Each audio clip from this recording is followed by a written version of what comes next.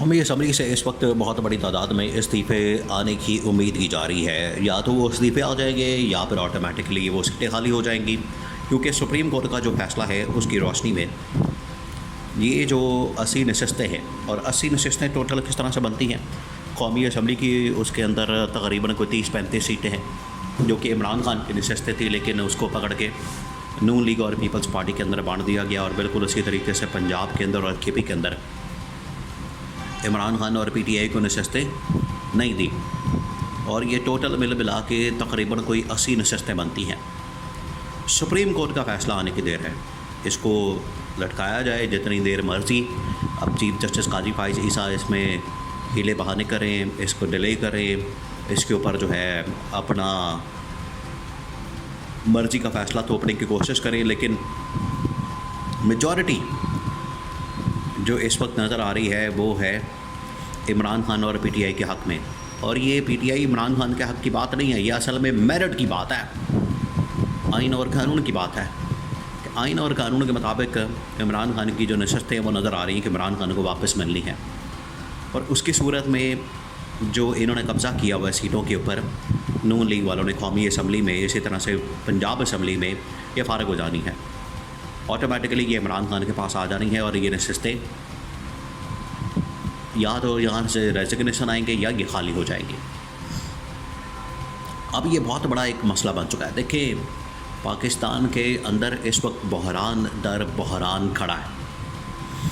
अभी तो ये समझ रहे हैं कि मुल्क के अंदर महंगाई, बेरोज़गारी, सियासी अदम इस्तेहकाम, मुआशी अदम इस्तेहकाम, ऊपर से अमन अमान की सूरत हाल ख़राब, उसके ऊपर जो है ऑपरेशन की बातें।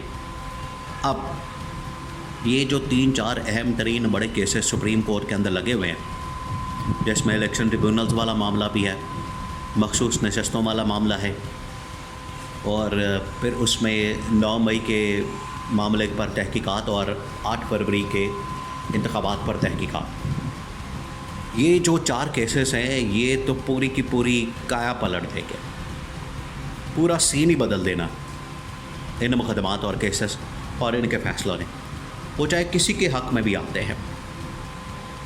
देखिए, अगर आज ये बात हो रही है कि ये सीटें जो है वो नून लीग और पीपल्स पार्टी की नहीं बनती, तो हो सकता है कि जहाँ पर ये नून लीग पीपल्स पार्टी को मिली है वहाँ से उठा के PTI को भी ना दी जाए, नून से भी ले ली जाए, पीपल्स पार्टी से भी ले ली जाए, और बाकी जिस जमात को जितनी सीटें मिली हैं वो तमाम की तमाम उनसे वापस ली जाएँ।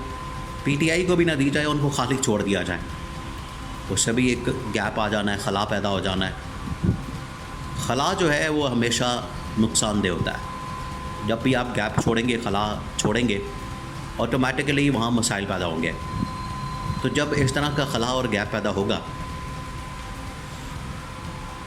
तो जो अक्सरियत है इस हुकूमत के पास वो कम हो जाती है। और यहाँ पर इस वक्त यही बात हो रही है, ये एक फार्मूला ऐसा है जो कि इसका रास्ता निकाला जा सकता है, क्योंकि अगर ये PTI को नशस्तें मिल गई, PTI मेजॉरिटी में आ जाएगी, वो हुकूमत भड़का देगी। अगर ये PTI के पास आ जाती है, PTI अदम एतमाद लॉन्च कर देगी या एतमाद का वोट का कहेगी, तो दोनों सूरतों में तो PTI बड़ी मजबूत पोजीशन में आ जाएगी। फिर अगर ये नशस्तें पीपल्स पार्टी नून लीग के पास ही रखी जाती है तो ये भी मुमकिन नज़र नहीं आता, क्योंकि इनका ये हक़ ही नहीं है, इनकी ये बनती नहीं है।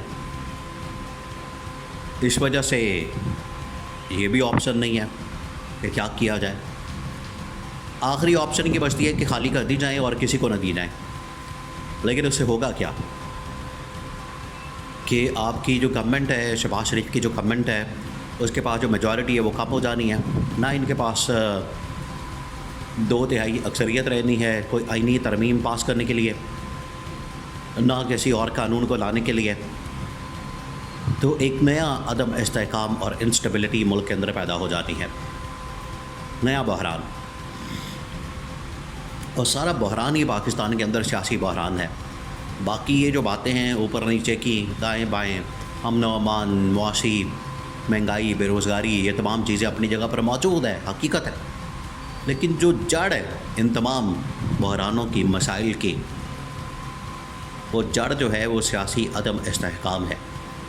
एक मरतबा सियासी अदम इस्तेहकाम ख़त्म हो जाए, सियासी अदम इस्तेहकाम का खात्मा कर दिया जाए, मुल्क में सही मानों में जो इलेक्टेड गवर्नमेंट है वो राइज कर दी जाए। देखिए इस्टेब्लिशमेंट इस बारे में बहुत सोच विचार कर रही है और ये खुफिया मुलाकातें भी हो रही हैं इस्टेब्लिशमेंट की इस गवर्नमेंट के साथ, इस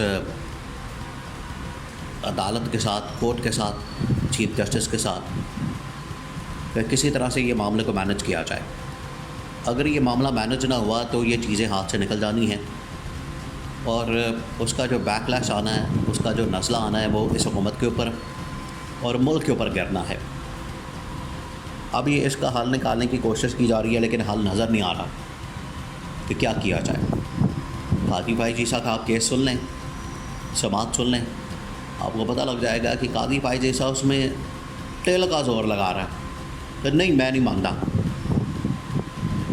पीटीआई की नशिस्तें बनती नहीं, पीटीआई की जो नशिस्तें बनती है मैं इस बात को नहीं मानता। वो तो इस बात के ऊपर तोला हुआ है कि पीटीआई की नशिस्तें बनती नहीं। बाकी जितने जजेस हैं 10-12 वो सारे ये कह रहे हैं कि नहीं, अगर पीटीआई की नहीं बनती तो फिर पीपल्स पार्टी नून लीग की भी नहीं बनती। अव्वल तो कह रहे हैं कि वो पीटीआई की बनती है। आप अगर इसके ऊपर जोर दे रहे हैं तो फिर किसी की भी नहीं सीट बनती, ये फिर मामला निकल आएगा। कहाँ जाके रोकेंगे आप? तो चीज़ें बड़ी तेज़ी के साथ हाथ से निकल रही हैं और ये इसी हफ्ते फैसले आ जाने हैं। इसी हफ्ते में ये टोटल जो सेटअप है शिस्तों का, नशिस्तों का, वो चाहे मखसूस नशिस्तों का हो या आम इंतखाबात के अंदर जीतने का हो, वो तमाम की तमाम नशिस्तें उलट पलट हो जानी हैं और फैसले आ जाने हैं। और फैसले साफ नज़र आ रहा है कि वो इमरान खान के हक़ में आने, इमरान खान और पीटीआई के हक़ में आने हैं, क्योंकि इन्होंने जिस तरीके से ये जंग लड़ी है आइनी कानूनी महाज के ऊपर, ये जिस तरीके से इन्होंने मुकदमा लड़ा है, इसमें कोई शक नहीं कि इमरान खान और पीटीआई जैसे तोशाखाना में कामयाब हुए, साइफर में कामयाब हुए, निकाह में कामयाब होने वाले हैं, इसी तरह से वो इस मुकदमे में भी कामयाब हो के अपनी जो नशिस्तें हैं वो निकाल लेंगे और इस हुकूमत से फिर इस्तीफ़े आने हैं, इस्तीफ़े पे इस्तीफ़ा आना है, क्योंकि ये वैसे ही खोखली हुकूमत है, इसके पास बचना कुछ नहीं। फिर इस हुकूमत को घर भेजने की, छुट्टी कराने की और इमरान खान को लाने की जो तैयारी है वो शुरू हो जानी है।